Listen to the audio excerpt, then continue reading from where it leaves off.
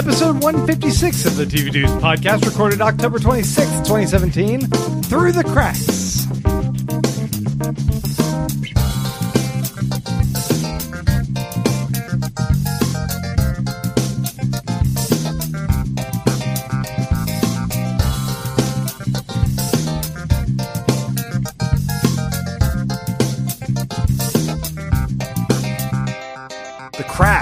The cracks, Randy. That's where shows fall. We don't talk about them. That crusty little crevice that we are going to wipe out today. What are we talking about again? Because I feel like I didn't prepare for the right show. Okay, so every week we have a pretty good itinerary of shows that are of the moment. You might even call it organized. You might, maybe. I mean, I don't want to speak out of turn here, but there might be some beautiful genius every week putting together a list of shows that we should watch. Maybe he even planned it all the way through December. Hey, don't hog all the jerking of yourself off. We also want to jerk you off on this. Oh, well, I am all for it. You do a great job. Me. You do a fantastic job organizing every week, but this week, since we are recording 2 episodes on the same week a little bit early, and we're not as able to be timely on what we're discussing, right? We wanted to discuss some of the shows that we love watching, but that we haven't had a chance to really discuss on mic recently. Right. Some we've addressed before, but it's like a good time to revisit some. A great time for me to nag you on a show that I know you don't want to watch. That I'm never going to watch. Never going to watch it. And a great time for us to laugh at that Kyle is still watching Lethal Weapon. Season 2, baby!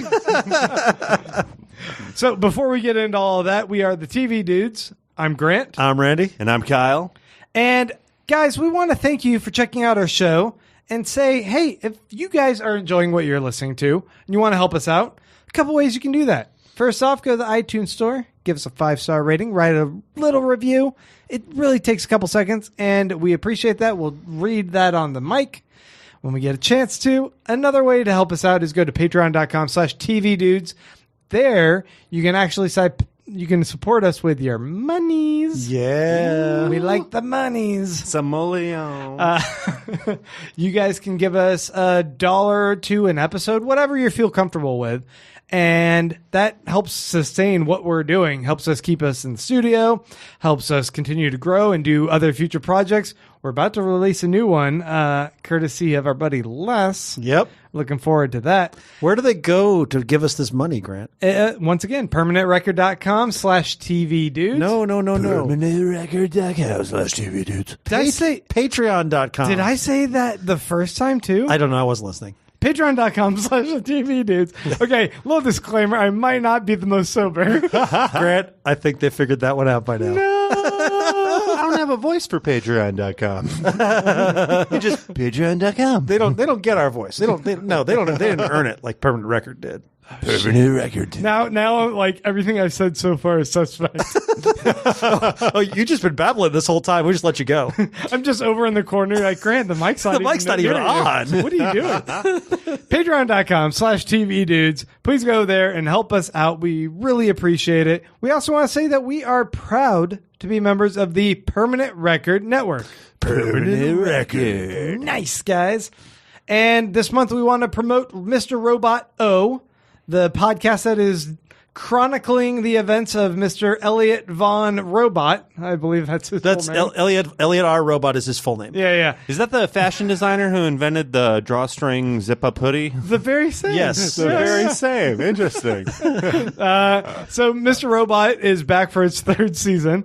And Mike, Ghost, and Melissa are on the case, like discussing weekly what is going on with that crazy show. They're going in depth. You know what's funny is we discussed the premiere a couple weeks ago. Yep.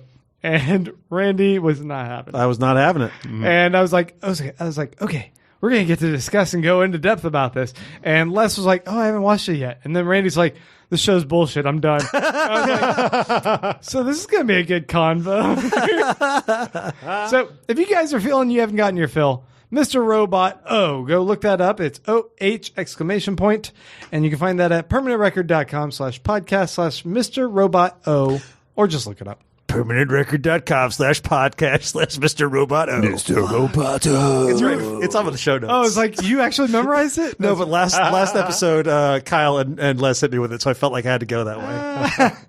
Felt naked not getting to do the voice. Pretty good. Okay, so as we mentioned before, as Randy had set up for us, we are talking about some of our favorite shows that we are binge watching or just watching on the side that we haven't had a chance to discuss here on Mike. Our side piece TV. Yeah. Ooh, side piece TV. Okay, wow. That could have been a name for the episode, too. I was going to say that's a bit Randy, but coming from you, appropriate. So we're going to go to listener questions, but I wanted to preface that by saying that we also put a call out to ask people what are some of these top shows that they've been watching lately that they wanted to kind of mention to us. So that's a little bit of a heads up for what we're going to be discussing here. If you guys have questions, go to facebook.com/tvdudes. You guys can ask us questions once a week. First up, Justin Zarian gave us his top 3. He said Stranger Things, which must mean he's watching the first season because season 2 doesn't come out for a couple days. Yep. He just knows it's going to be good. He just knows in anticipation. Gotham and Silicon Valley. He's catching up on last season there. So, wow, Justin, you're doing a lot of catch up. Yeah, those are 2 good shows. Yeah. You hate Gotham. I do hate Gotham's not good. Actually, I have friends who love Gotham. It's just not my thing. I look at all those promos and I'm like, who would be into this? But I haven't seen it, so I guess I can't really talk. It's crazy bonkers. Maybe someday we need to get Tim Doyle on to talk about it again because that guy loves that show. He did. It was really weird. Mike Moody. I know that guy. Who is this guy? He does a Star Trek podcast. Ugh, nerdy. His top 3, he says, are Halt and Catch Fire. Haven't watched. Interesting. The Good Place, which you would fully agree with. I right, love Randy? The Good Place. Yeah. And then he says The Orville, and then in parentheses, he says, fuck you. With an asterisk. That's very defensive. Yep. Yes, there's an asterisk, which says Randy. So I guess it's fuck you, Randy. Which is funny because I was the defender of the Orville at first. I mean, I'm not now, but Yeah, not anymore, Mike, because of you. I'm actually totally hooked on Orville. That's like my jam now. Yeah? Unironically, yeah, I'm really digging it. I really need to go back and catch up.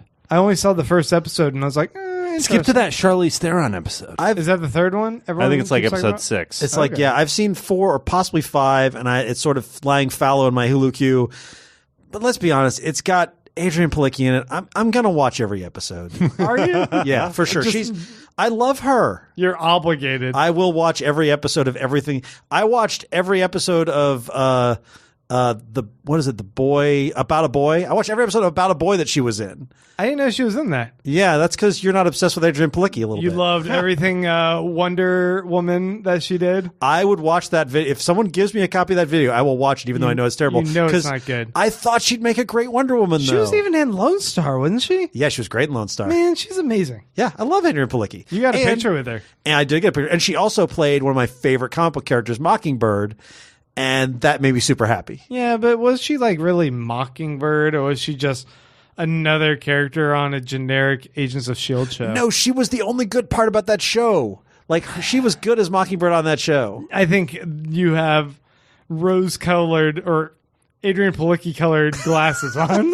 You may be right, but it was one of my favorite actresses playing one of my favorite characters, so, you know. Was she going to be that Wonder Woman TV show, Wonder Woman? Yeah, Yep, yeah. that's it. What? Yeah. And then it fell through. Did not go. Pictures. Ross Brown says The Good Place, The Yep. Deuce, and Vice Principals, which is another one we haven't gone back and 2 checked good out. shows.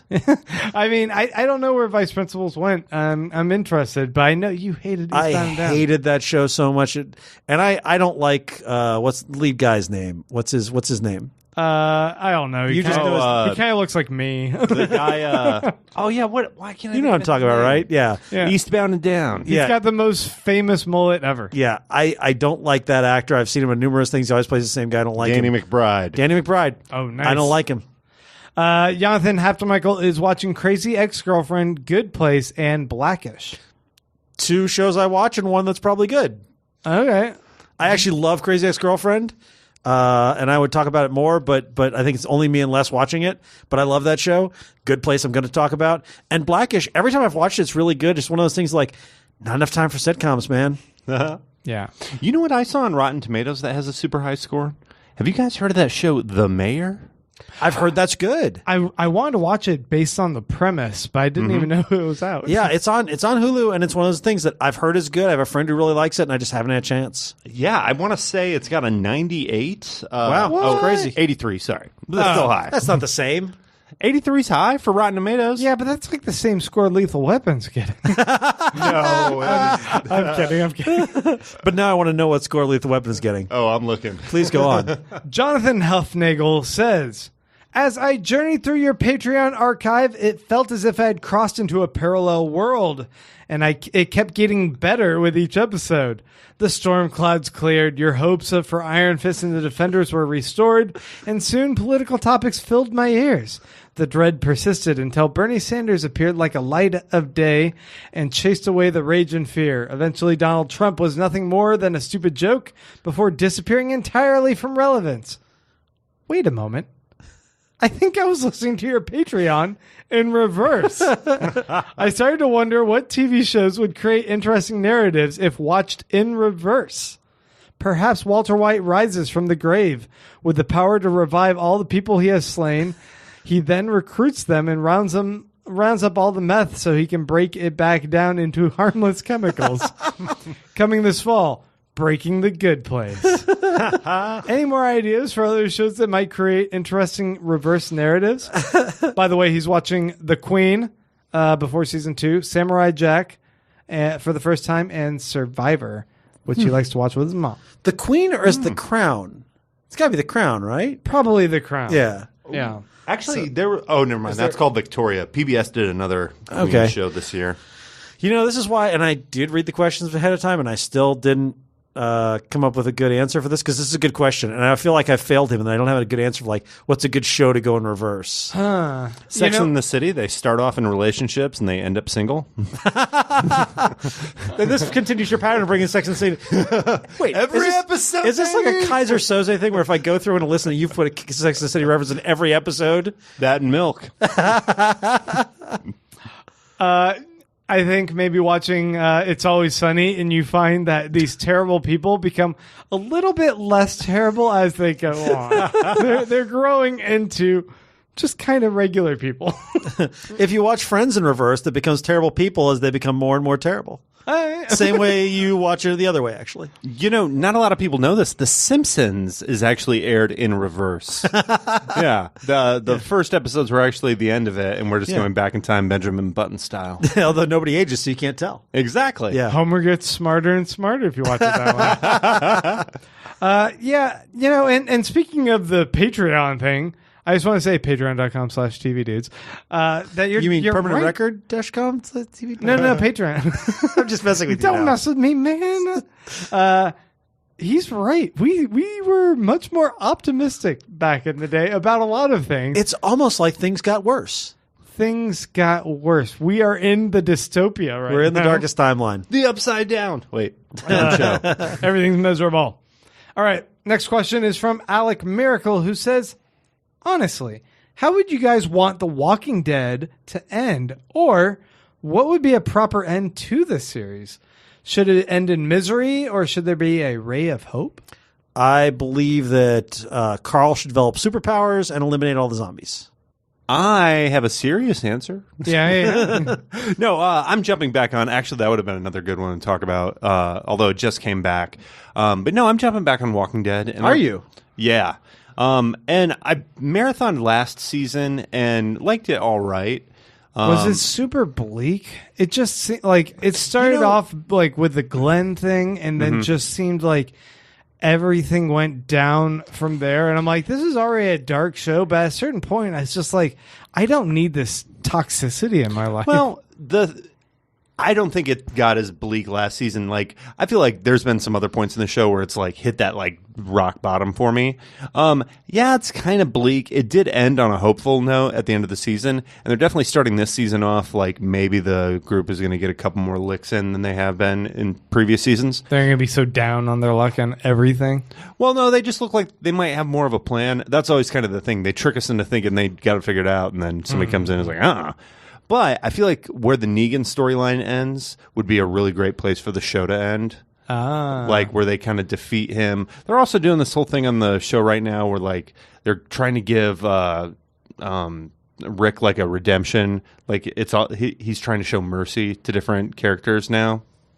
You know, I feel like what I need that show to do is switch genres in order to save it. Like romantic comedies? Like it needs to, maybe that, or it needs to go like Last Man on bizarre sci-fi, like aliens come in and like and start fighting the humans, and the humans who are being terrible to each other finally have to band together and show an element of humanity. I don't know. You know that's the original pitch for the comic, right?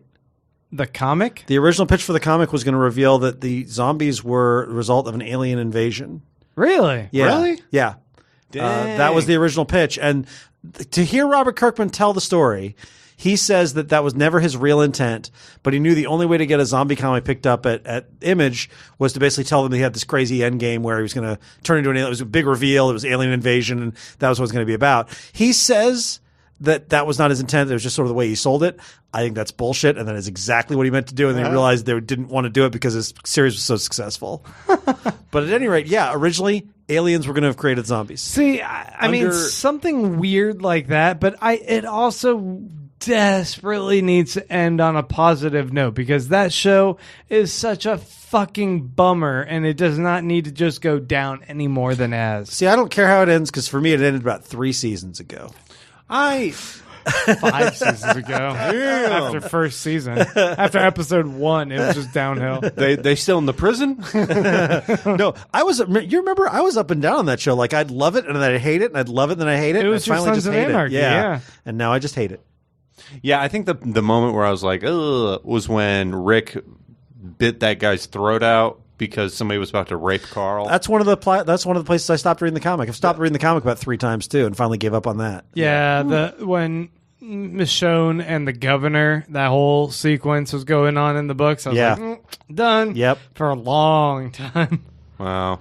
All right, let's hit up one last question, guys. All right. It's from Michael Gastini. Oh, and he's got his top 3 shows. Let's start off with that. Gotham, The Good Place, and Riverdale. And Randy, I'd like to point out this is the second mention of Gotham. That's true. I think you need to go back and watch it. I think you need to go back and watch it. Don't put that on me. Michael Gustini says, "Hey dudes, I'm watching The Deuce right now, but finding very little to enjoy about it. It feels like a random collection of scenes tied together by a thin plot with no character development. The only great thing about it are the performances. My question." That's a loaded statement, first off. Leaving that alone. Here's the question.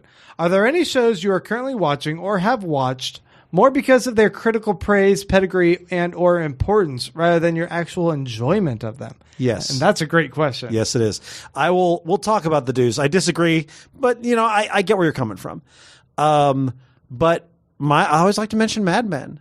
Like, it took me 4 seasons to fall in love with Mad Men. I tried watching that show. I tried watching the first season 3 times, and the only reason I kept at it, there's no other show I would have kept at, was because every critic was saying it's the best show on TV. I'm right there with you. I watched that the first time. I was like, what? Yeah, what is this? And then the second time I watched it, I was like, okay, this is kind of beautiful, and I'm into it, and I kind of went with it. Yeah, I liked it.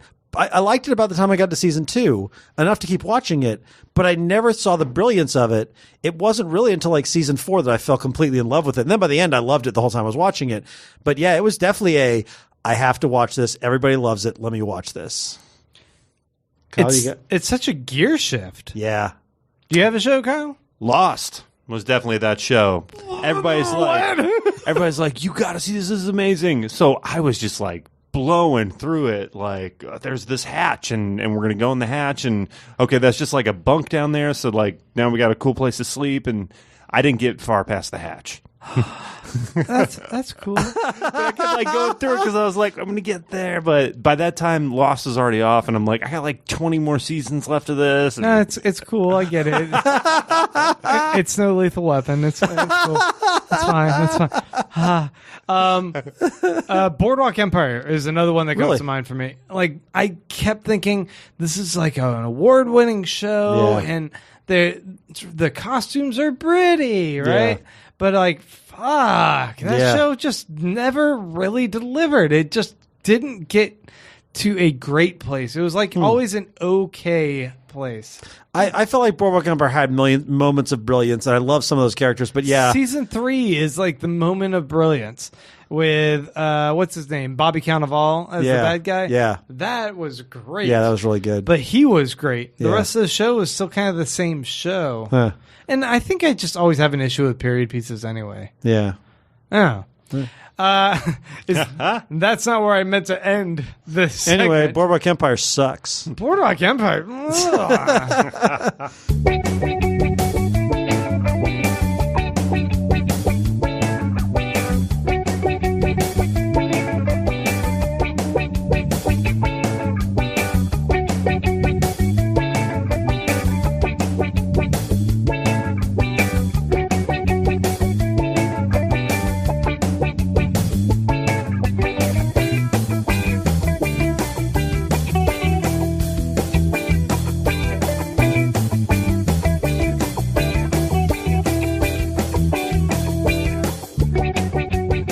All right, guys. So we are going to reach into our mystery grab bag, and each of us going around the room are going to discuss these shows that we are excited to discuss that maybe not the rest of the room are as excited about. That doesn't always work for me, reaching into a mystery grab bag. It's had some bad endings. Sometimes it's had some happy endings. Though, That's Randy. true. And one thing you definitely don't want to do, you don't want to put, you know what? No. Remember that bag you reached into 50 times until Yeah. it had happy ending? That was, that was not a great idea. Hey, let's spin the wheel. And it landed on Kyle. Ding, ding, ding, ding. Hey. Kyle, you start first. So I wanted to mention those two beach cops. Might be our favorite beach cops on this show. Yep. Merton Riggs over on Fox. Now that is some classy trolling. Right there. Some real beach cops doing detective work. What's this show, Terry? Also, there were 2 seasons, so I guess really they got me beat. Actually, guys, I think you're going to be surprised at what I have to say. What do you all have to say? I've gone off into the field again to well, first off, during the off season, I did do a Lethal Weapon season 1 rewatch. Rewatch? You have time to rewatch Lethal Weapon? There was a marathon. So my mom, she like DVRs just random stuff and will just have her DVR playing. She doesn't watch any of this. It's just always on in the background. And then she'll have like random like bits from TV shows. I'm like, how did you get that? You're never watching the TV. You just have it on in the background. Anyways, I went back and for the most part it holds up. Mm-hmm. Season 2 though, they didn't come back very strong.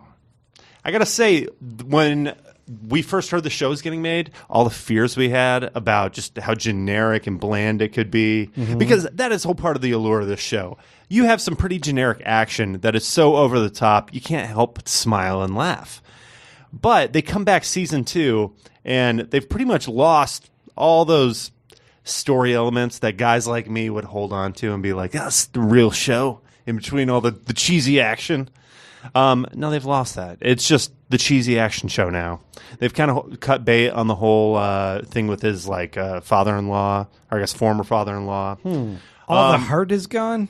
The heart is gone from Now it's Lethal just Weapon. wacky hijinks. It's just nothing but wacky hijinks now. Probably going to run 5 more seasons. Exactly. Now you said we're going to be surprised by something. We're surprised that Kyle has turned on the show. I'm just, I'm not the proponent I once was. You're not a Lethal Weaponeer.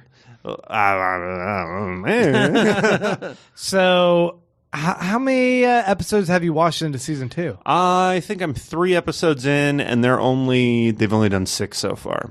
So, are you thinking you're going to drop it? Gosh, I will say last year or last season, it was one of those where like it was like The Good Place. Like every time I saw a new one was up, I was constantly watching it, looking forward to it.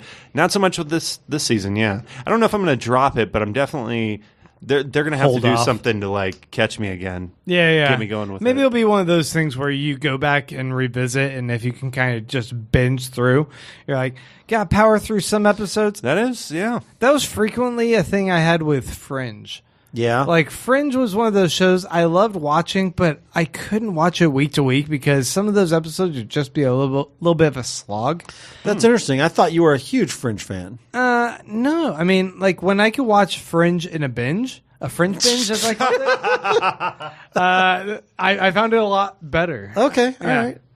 Fringing and binging. Well, there's another show that I feel like has slipped through the cracks. Yeah. And unfortunately, when was this? Oh, this is back in January. This has really slipped through the cracks. But the thing is, with Netflix, it almost doesn't matter when it was on. yeah. Yeah. That is true. Well, the reason I want to bring this up is because this is one that has been on my season pass list, and that's Portlandia. I think I own the first couple seasons not, but I think like seasons 2 through 5 I own season passes of on iTunes. This is one of my favorite shows. Wow. Huh. Yeah, the humor really connects with me, and I just think Fred Armisen is just like a masterful character actor. Like his impressions, I mean, like I'd put anybody up against him.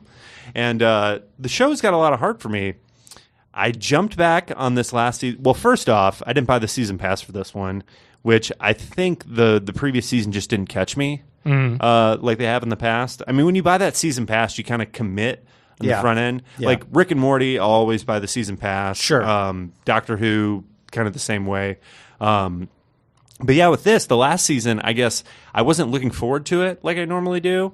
So this season wasn't that excited, and sure enough, I went to go catch up on it. And gosh, I think I was maybe making it through one episode at a time before I was just like ready to go on to something else, you know? Yeah. Like I got a whole season of what used to be one of my favorite shows, and I don't know, they're just kind of hitting all the same beats that they normally do, except now they're developing new characters, but it's essentially new characters kind of doing the same type of skits we've seen. This is like episode or season 7. Or, Season 7. I can't believe there's Yeah. 7 seasons of Portlandia. I remember watching a couple episodes of season 1 a few years back, and I thought maybe it was like up to season 3. I liked what I watched, but I didn't fall in love with it enough to keep watching it. Like, doesn't the show format feel like that's a 3 or 4 seasons max kind of show anyway? Yes, it does. Yes, it does. I definitely think that, well, there are moments. That's the really tough thing. Like, I think I was talking about this on another podcast. They had this hilarious episode last season called Ta-Da.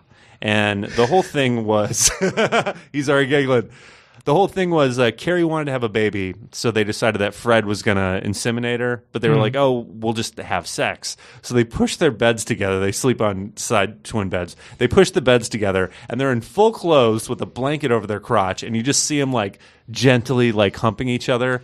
And Fred's like, okay, and ta-da. And she's like, why'd you pull it out? And he goes, that's just how I've always done it.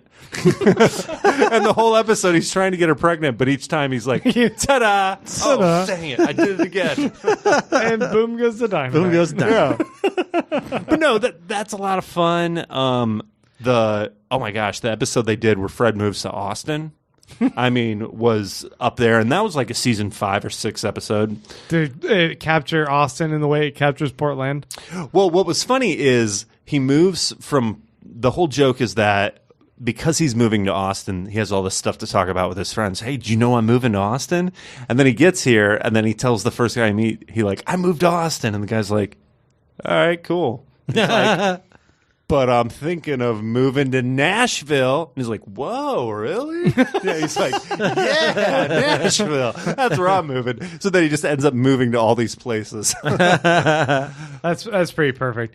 Yeah, I think the thing with like the sketch comedy shows, it's like there's a certain bit of magic you have in the first few seasons, but then kind of maintaining that with these short segments, it's hard to do. Yeah, I mean, that's one of the the burnout. It's like occasionally you get a flare up of like a great sketch. or Sure. Well, I mean, I think there's the counterexample that is Saturday Night Live, which is so hit and miss, but they still have hits, 20 or 30 seasons later.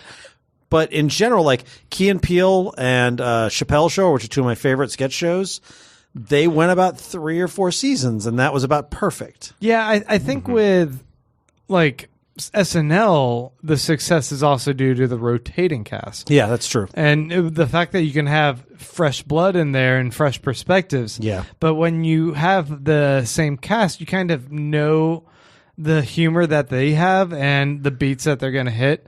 And it becomes a little bit too predictable a lot of the time. You're like, okay, well, I know where this is going to go. I'm not really caught off guard, and that's like so much of the magic you need with those. Yeah. Yeah, no, I agree. We've seen so many weird characters from their Portlandia. Yeah. That They're Springfield. yeah, like it's when they bring these, like, so some of the new characters this season are the like ultra male. They're like anti-feminists. Where they're like, we need gingerbread men cookies, like men. And yeah, these two characters are fun and entertaining, but they're nothing compared to like some of the characters we've already been introduced to. Sure. Yeah. All right. And the wheel. Click, click, click, click, click, click, click, click, click, click, click. Randy. Ding ding ding ding. Randy, you're up. Oh, was I supposed to prepare something? You got to get up. Randy, to get this is down. you're the one who made the agenda. This is embarrassing. I don't. Okay, so yeah. My turn. No. God damn it, no. All right, that joke almost went awry. No, I am. I really want to talk about two shows that are definitely in my top 10 this year. The first one I want to talk about is one that everybody already mentioned, and that is The Good Place on NBC. This show, I mean, the first season was amazing and brilliant and funny, and like we kept waiting for them to drop the ball, like they kept throwing things out, like stuff that would have taken a season, like Eleanor Shellstrop and her being there by accident and not revealing. Like she reveals that she's there, like in the 4th episode. This is one of those shows that I keep wondering if, because we are TV dudes and we like discussing and analyzing story structure so frequently, we appreciate so much more how rapid paced the plot is of Good Place in comparison to like other people. I think that's true to some extent. However, I did introduce a friend of mine to this show recently, and she is much more of a casual TV watcher than me. And she fell in love with it and binged it in one day. See, yeah, I was just chatting with some people right before I came over here about this, and it's like, it moves so quick, and like they're constantly changing things. Like, oh yeah, I guess they are. I'm like, wait, like, isn't that like one of those things you notice that it's like amazing about this show? Yeah. Like, okay, Well, the thing is, it doesn't always translate. what I think is great is that even if you don't notice that, the show is still great because it's still hilarious. The characters are still fun. Like it is. I have one friend who doesn't love the show, and I think that's crazy. But in general, I think people can plug into either the narrative stuff or the character stuff or just the jokes. Like it's a very funny, smart. This is a show that had jokes about philosophy. Yeah. I mean, this is a very smart show, and it's also a very funny show. And I think that it sort of hits all those quadrants. It is a show for people who are too smart for their own good. It is a show for people who just like if you like dumb people doing dumb things, Jason is your guy, and he is going to do something every episode.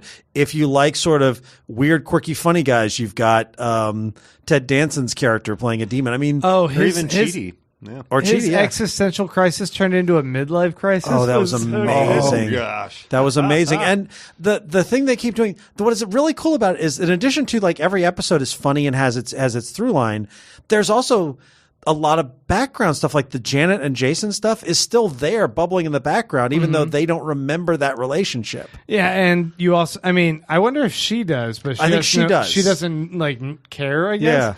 Yeah. The part of the story with, I always forget her name. Evil Eleanor? Not Eleanor, but Tahani. Tahani. Yeah. Tahani with like throwing the party, and she's Yeah. like, whatever, I just have to throw a bullshit party. Yeah. I'm just, you know what, I'm still gonna make it a great party. Yeah. It's probably gonna be even better. And then she's like so disappointed. You watch her do it. Yeah. Yeah. And she just falls into her own trap. I love the episode. I think it was the most recent episode where Michael is tormenting Chidi and With the trolley. by pretending that he's studying ethics. And the funny thing, I think I love about this show is that in general, I catch up to it right before they reveal the joke. So I'm watching it and I'm like, wait a minute, is he just tormenting Chidi? And then they do it and they reveal it. They've been ahead of me a couple times. When they're ahead of me, it's even better. Like I did not see the big twist of season 1 coming. And when that came, I was so happy. And the worry I've heard from so many people is, well, yeah, but what are they going to do now? And then they came back in season 2 and they did the 400 reboots episode. 800, man. And they did that. And they're like, well, what do they do now? Well, now Michael is secretly learning with Chidi and he's trying to learn ethics. Like, there is no point at which, at this point, I feel like they've earned our trust that, like, they're not going to drop the ball. They know to keep going. They're so smart. Yeah. You know where they could go? Yeah. You could find out that Michael is actually in his own version of hell. I think it's possible. Where, like, he is trying to go and... I don't know. They're probably not going to do that because it seems like... Well, the thing is, like, imagine what they do, we will not be able to... We haven't even seen the real good place. We haven't even really seen the real bad place. You know, what's interesting is we talked about the premiere of this episode. Yeah. And we were having the discussion of, like, it seems like what they need to do is figure out some way for them to either transform their bad place, their community, their Pawnee, essentially, into a good place. Yeah. Or they need to figure out a way to escape to the good place. Yeah. And I could see the show going either way. I can too. But I mean, I'm still leaning toward the fact that they, like, also are doing this sort of like Springfield, like the Simpsons kind of community where we're getting a little bit of the personality of all the other people there. All the other demons. I can see where all these other demons are going to be more invested in this community at a certain point where they no longer are so solely interested in just torture, but they enjoy the people they're around and they just want to make something work there. Yeah. And they're going to all work together to make this into a good place that they all want to live in forever.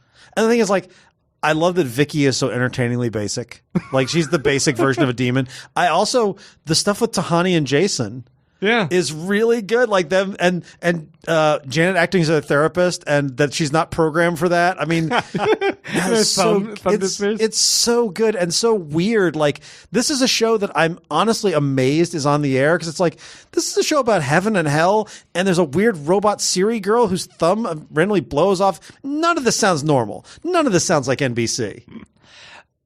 It was a little bit of an aside joke, but the two demons that come up with the simple idea of we're gonna throw a better party than Tahani. And Ted Danson's character being like, they're so basic. I can't believe they can't think of anything better. And it turns out to be like such a sick, like twisted, tortured burn. I just love this show. It's one of those shows that I feel bad only getting to watch 1 hour or a half hour a week. It's one of those I need to build up a couple just so that I can be like, I want to bask in this for a little bit longer. This is one of those shows. As soon as it pops up on my queue, I'll watch it. I watch this almost live. It's one that I tune in on Wednesdays and I'm like, wait, we don't got a new episode yet? Yeah. Damn. Exactly. Just shaking for it. So the other show, which I'm usually up on, but every so often because it's a very adult show and I can only watch when my kids are in bed. That means I sometimes fall behind by a day or two, but I try to catch up every week. Is the Deuce on HBO. Prostitution and blowjobs on Main Street are a little bit too edgy they're not family friendly. Not great for kids. No, not great for kids. So this is David Simon and George Pelecanos who did The Wire, Treme. And I love their stuff. And The Deuce is everything I wanted it to be. When they talked about doing this show, I was super excited. Every episode, I fall completely in love with it. The character, I mean, it is a David Simon, George Pelecanos show, which means it is unrelentingly dark. Bad things happen. And there are a ton of characters. How do you feel that the show has evolved? It got a really slow start. Yeah. I think that's the speed it goes at. You're either on board for that or you're not, and I'm 100% on board. Well, and I feel like this last episode where you're caught up, right? I'm not caught up with this week. Okay. I feel like since episode 1, and I think throughout the season we're going to see this more, but you're going to find that like the thing that connects all these what seem to be unrelated stories are the police. Yeah. And their connection to the crime boss that James Franco's characters are working for. And I really think that they are like, we're going to learn that the like New York police and kind of like the whole paying them off had a lot more to do with the early days of the porn industry. Yeah. Well, I loved watching the development of like this lowly bar this guy who works at a bar becomes sort of the manager of a bar. Then he becomes the owner of a bar. Now he owns a brothel. And it's sort of a weird escalation for his life as he's becoming like more of an operator because he's proven he's responsible for this thing. At the same time, his scumbag brother is like finally has something he can do that is like his particular set of sleazy skills will come into play. And we're also watching this other narrative about all the young prostitutes and the pimps trying to sort of eke out their street level existence while progress is sort of moving around them and changing their business around them, and they just kind of have to move on to it. And the same thing is Maggie Gyllenhaal, who is smarter than she needs to be in this job and is just trying to figure out a way out of it and keeps getting pushed back down. I mean, her story is maybe the most relentlessly bleak for me because she keeps getting kicked in the teeth. Like, she's like, oh, well, I'm going to make movies now. Oh, you only want me to be an actress in porn. And she's wanting to be a director, and it's not happening yet. I feel like we're going to see her go that direction, but bad things have happened to her, man. The episode where the guy dies while she's giving him a blowjob, and everybody thinks it's hilarious, and she's just traumatized. That was some harrowing stuff, and Maggie Gyllenhaal is able to pull that off. She's great at it. Oy, I haven't gotten to that episode. Yeah. Things to look forward to, huh? Yep. So that's a one that you still recommend. Oh, I love that show. Yeah. I mean, I know it is one of those shows I'm going to watch. Yeah. But it is one of those that I like Too Mad bleak? Men, Too bleak? like The Wire. Yeah. I feel like I need a buildup of them, and I need to adjust and be in that mindset to be ready to watch it a bunch. It's not one that I feel comfortable on a week-to-week basis kind of making time in my calendar to watch. That makes sense. Yeah, that's a good point because I've noticed whenever I start watching it, I just keep going. But whenever I'm flipping through looking for something, it's hard for me to start an episode. See, I get that. I'm the opposite on this. On this one, I want to watch it every week. And I think it is like the David Simon thing. Like, this is the kind of show that should be for me like it's super Mad compelling. Men. It should be like Mad Men or Boardwalk Empire that I watch, when I'm like, okay, I should really watch this. But for whatever reason, the particular brand of slow burn prestige TV that David Simon does is like right in my wheelhouse. Yeah. The allure for this show, I was trying to explain it to Shannon, is if you go into it with your own prejudice, what you think of as morality, like personally, I don't think I would ever pay for a prostitute, if that's your thing, whatever. But so it's hard for me to look at this and go, oh, I understand where they're coming from. But if you can do that, if you can connect with these characters, they live on a totally different planet. Yeah. Especially, I don't want to spoil this latest one, but there's a character you think has gotten away from all this, like the prostitution and everything. Mm-hmm. And first chance she gets, she comes right back. Yeah.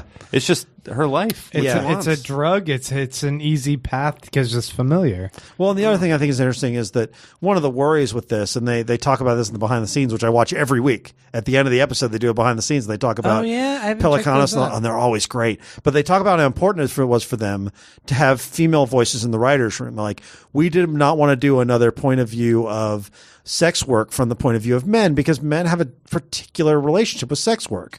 And to not have any kind of female voice in this would have been inauthentic and wrong. And I think that's one of the things that... It's irresponsible, yeah. It's one of the things that I think this does really well in a way that has not been addressed is that what does it feel like to be a woman in this world? It's a particular form of empowerment at the same time as it's a form of enslavement, basically. And it's interesting to hit that dichotomy, and I think they do it really well. Yeah, I love this show. And the wheel is turning. Beep, beep, beep, beep, beep, beep, beep. Ding, ding, ding, ding. We're making all sorts of different noises. Tick, tick, bing, bing, ding, ding. Our wheel is busted. It landed on me, guys. Oh. And, okay, there's one show I've been watching and kind of obsessing over. Uh-huh. It's called Terrace House. So there was a Vulture article a few months back that I recalled seeing, and I think I only looked at the headline, but it was like, why Terrace House is the show on Netflix that you really need to be watching. And I didn't really read the article, but I remember seeing that, and I'm like, apparently there's a show that maybe I should check out. There's something to it, right? Okay. I remembered seeing it when I saw the show Terrace House pop up on Netflix. And I was like, okay, what is this show? It's a Japanese reality show. and it's a little bit akin to the real world, a little bit like Big Brother. It's basically 6 occupants in a house, 3 guys, 3 girls, and they're filming their interactions, and these young 20-somethings are encouraged to try and date among each other. So, it's kind of just your standard real world type show, whatever, right? And I was like, well, I can understand the appeal in getting sucked into the reality show of those.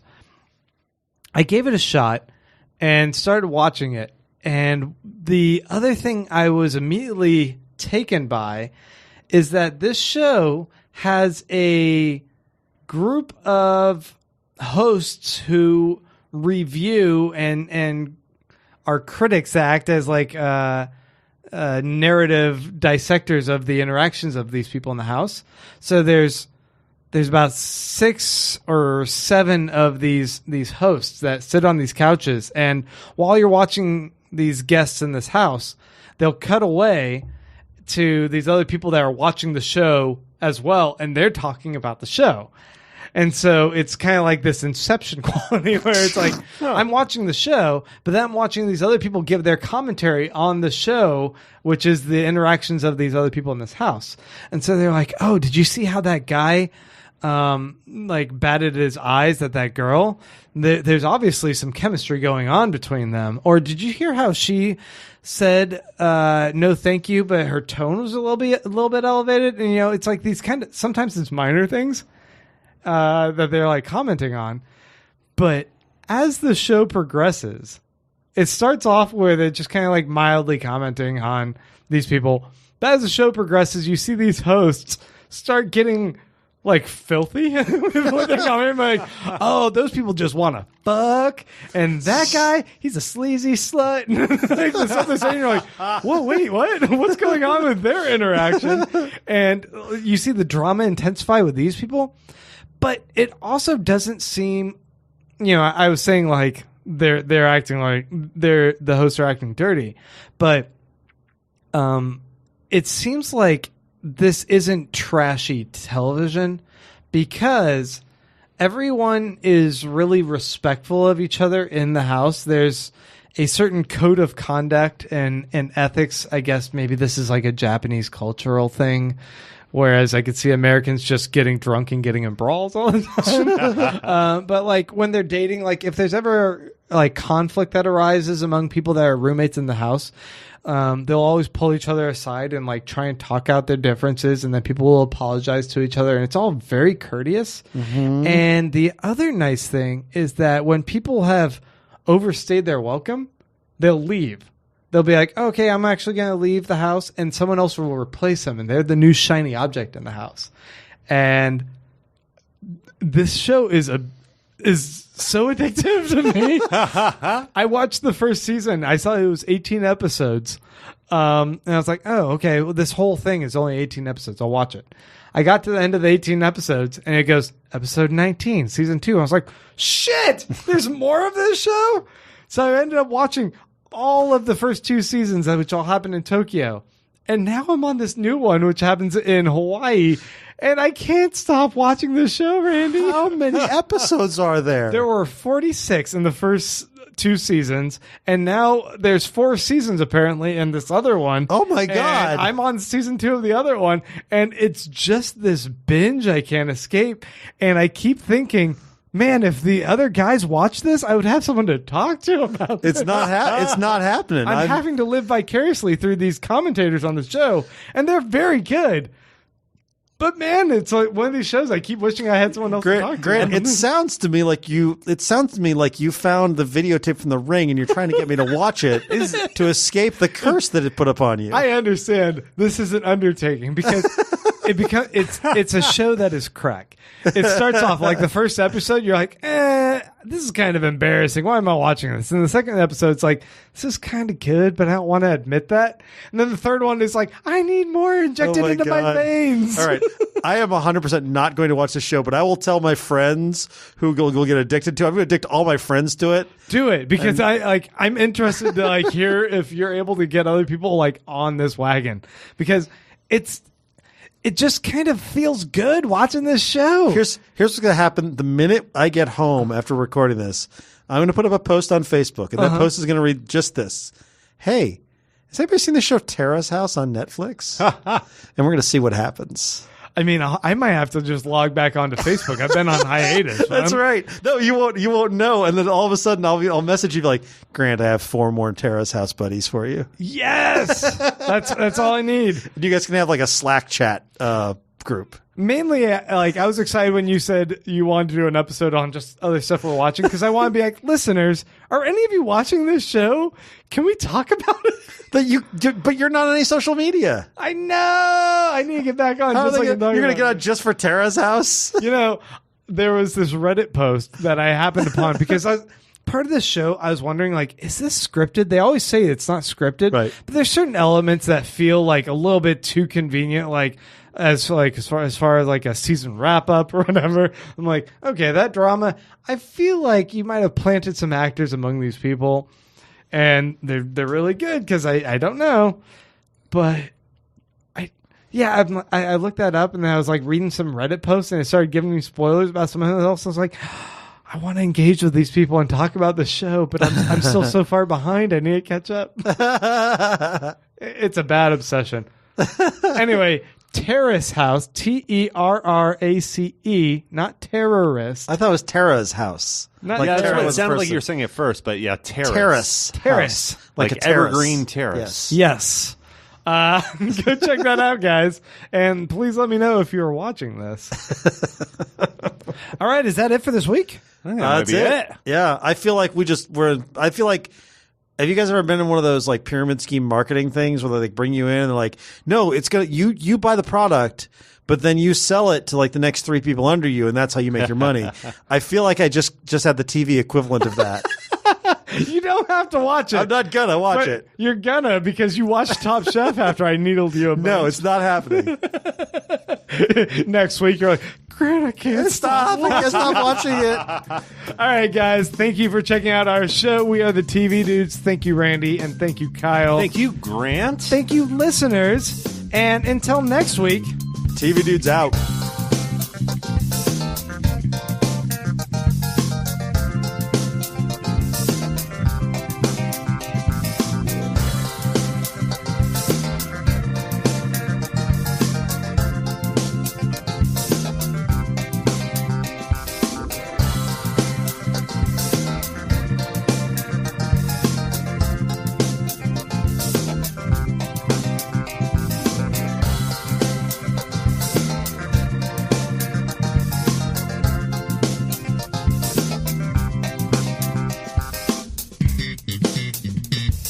The TV Dudes is an independently run podcast and a member of the Permanent Record Podcast Network. We are exclusively listener supported. If you'd like to help us out, please go to patreon.com/TVDudes. You can like us on Facebook and Twitter at TV Dudes, and help us out on iTunes by giving us a 5-star rating and writing a review. To find out more about us, go to thetvdudes.com and permanentrcrd.com. I'm Grant Davis. Thanks for listening.